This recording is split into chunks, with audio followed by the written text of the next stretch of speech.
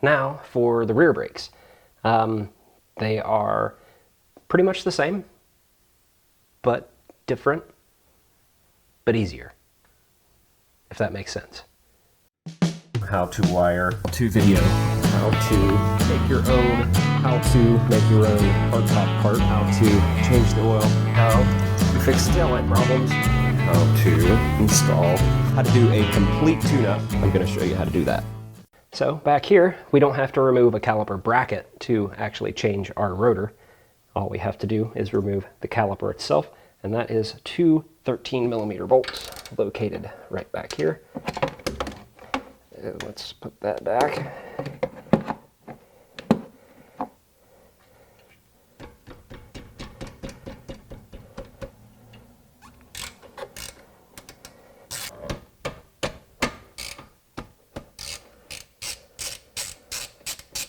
I'm going to leave the top bolt threaded in just a little bit so we can compress the caliper. And as I forgot last time, I think, going to put a lug nut on here. Take our C-clamp again. Sorry if any of this stuff's all cut off camera. I'm just trying to keep everything zoomed in nice and tight so you can see everything. Again, find our flat spot, knot the brake line, and then tighten this up. Now on the rear, you only want to do this trick if you are changing your pads, because you can damage and destroy the pads, especially this front pad because it has little kind of like spring tabs on it. You'll probably hear those make noise here in a second.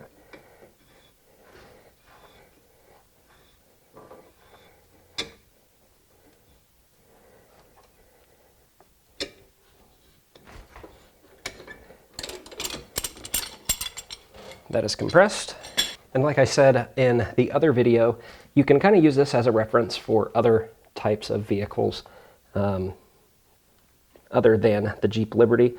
But you want to make sure that you don't have what I call a ratcheting style rear caliper, meaning that the piston can't be just compressed straight in. It actually has to twist in. And with that, it requires a special tool. Fortunately, we do not need that.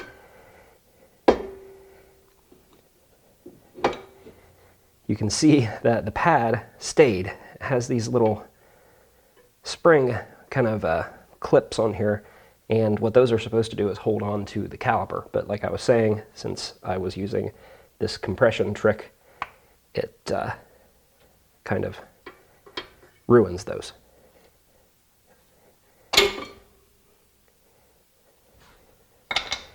And then the pad on the inside of the caliper also has little spring retainers on it.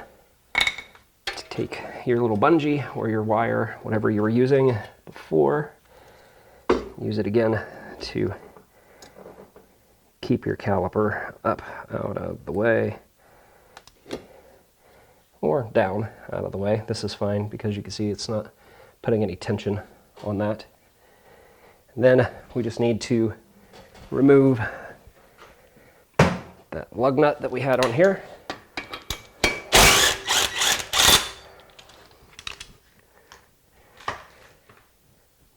The impact gun isn't necessary, it's just for speed. Pull that off of there, and we have our old rotor removed. Now, I know some of you that have done brakes before are looking and saying, hey, wait a minute, something is wrong. Well, yeah, there's no brake shoe material back here for the emergency brake. All of that kind of rotted and fell off and never has been replaced. So, little known fact, Project Renegade does not have an emergency brake. Don't tell anybody. Back here, we have these slider bars, and if they stay in place, that's good. I'm gonna go ahead and put a little bit of brake cleaner on there and clean off the old caliper grease that I had on there. So we're going to replace it with some fresh. I'm trying to be gentle with the brake parts cleaner because I sprayed one of the cameras earlier, and cameras don't like brake parts cleaner apparently. So those are cleaned up. You can see that they kind of move around. These really should be replaced, but I don't think the kit comes with new ones. In the video for the front, you saw me add more anti-seize to this hub. Well, it looks like I used the grease back here, and I'm glad because that's what I'm going to use. Because like I said before in the other video, anti-seize is evil and it gets everywhere, and just like I said it would, it did. I had anti-seize everywhere. So what I'm going to do is just put on a couple decent sized globs of this Ultra Disc brake caliper lube, and then I'm just going to use my finger to kind of spread it out into a thin layer. The only purpose of this is to keep the rotor from rusting on here. If we go to replace it again, which most likely we will, it'll come off just as easy as you saw it come off. While we have our hands all greasy, we're going to put a little bit on these rails. I don't want to do a whole bunch because we don't want it flinging all over the place. But we do want enough to keep everything well lubricated and moving like it should be, so we don't get any stuck calipers. Now we are ready for our new rotor. And just like I did on the front, you probably can't see what I'm doing here. Just like on the front, I'm going to take brake parts cleaner. I'm going to clean the back side of the rotor.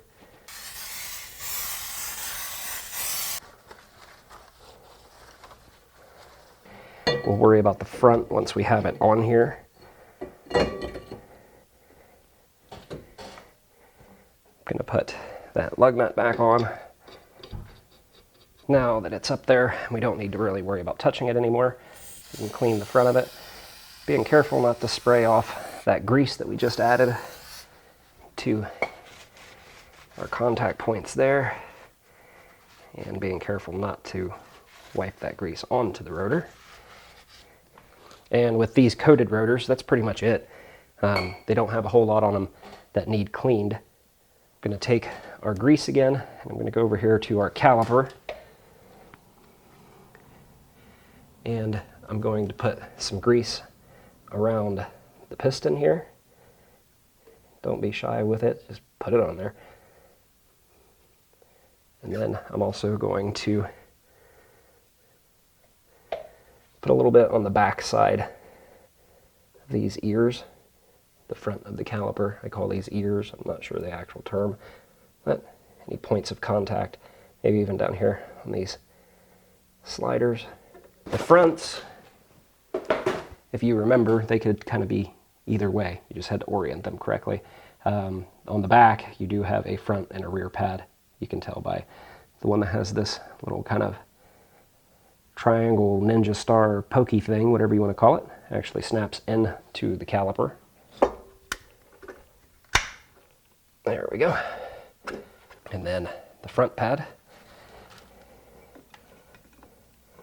goes on, and sometimes you can do this with just your hands. Sometimes you have to use a pry bar.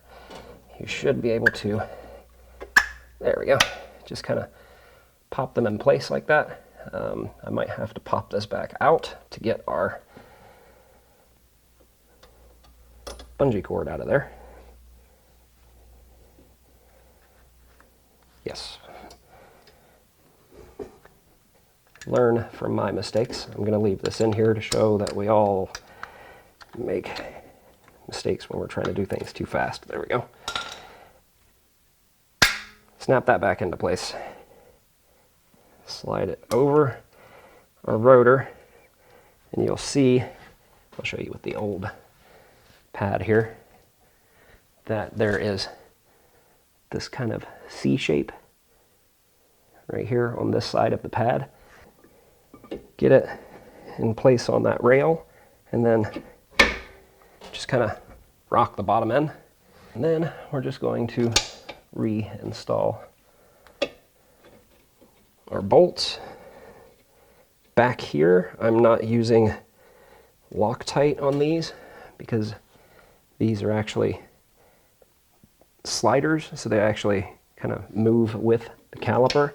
So I have a little bit of brake grease on those. And then just tighten them up. And again, these do not need to be really, really tight. Even though it looks like I'm making them really tight, they're not. And that's pretty much it. I'm just going to cut out a few things here and there, but other than that, I'm going to try to leave this as much real time as possible just to show how fast it can be done. Again, just like in the first video, the only thing you need to do is take this lug back off. Do that with the impact.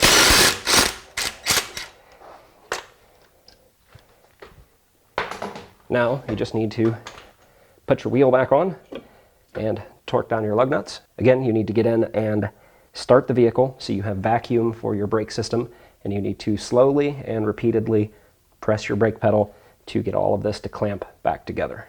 So that's it. Hopefully this helped you out. Again, this is how to change the rear brakes if you have disc brakes on a 2002 through 2007 Jeep Liberty. I know not all of them have disc brakes, but if you do, congratulations, you have easy brakes. I hate doing drum brakes. That's kind of why there's no emergency brake in here, because it is basically a drum brake and I hate them. And for anyone that's actually paying close attention after the video, I'm going to remove all of this and do it all over again because I didn't look at the rotor when I put it on. I didn't put the wrong rotor on, but I put one on in an opposite direction of the other one, and that would be just an aesthetic thing that would drive me crazy. These are marked left and right, but they are not a directional style rotor. It's just basically aesthetics on what direction you want them to face, and I want them to face the same way. So anyway, enough rambling about that. I need to take this back apart and switch it.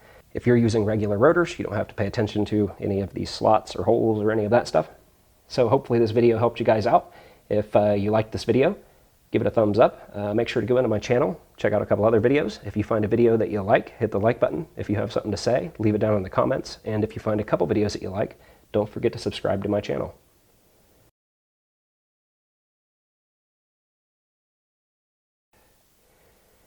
I can't believe I gotta take this back apart and switch it.